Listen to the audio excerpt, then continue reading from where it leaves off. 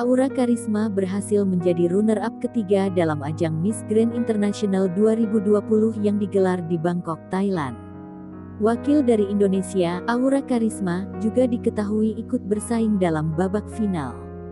Gadis cantik 21 tahun asal Kabupaten Majalengka itu bahkan berhasil masuk ke dalam top 5 Miss Grand International 2020. Meski tak keluar sebagai juara, Aura Karisma tetap sukses menorehkan prestasi karena telah berhasil menyisihkan 59 kontestan lainnya.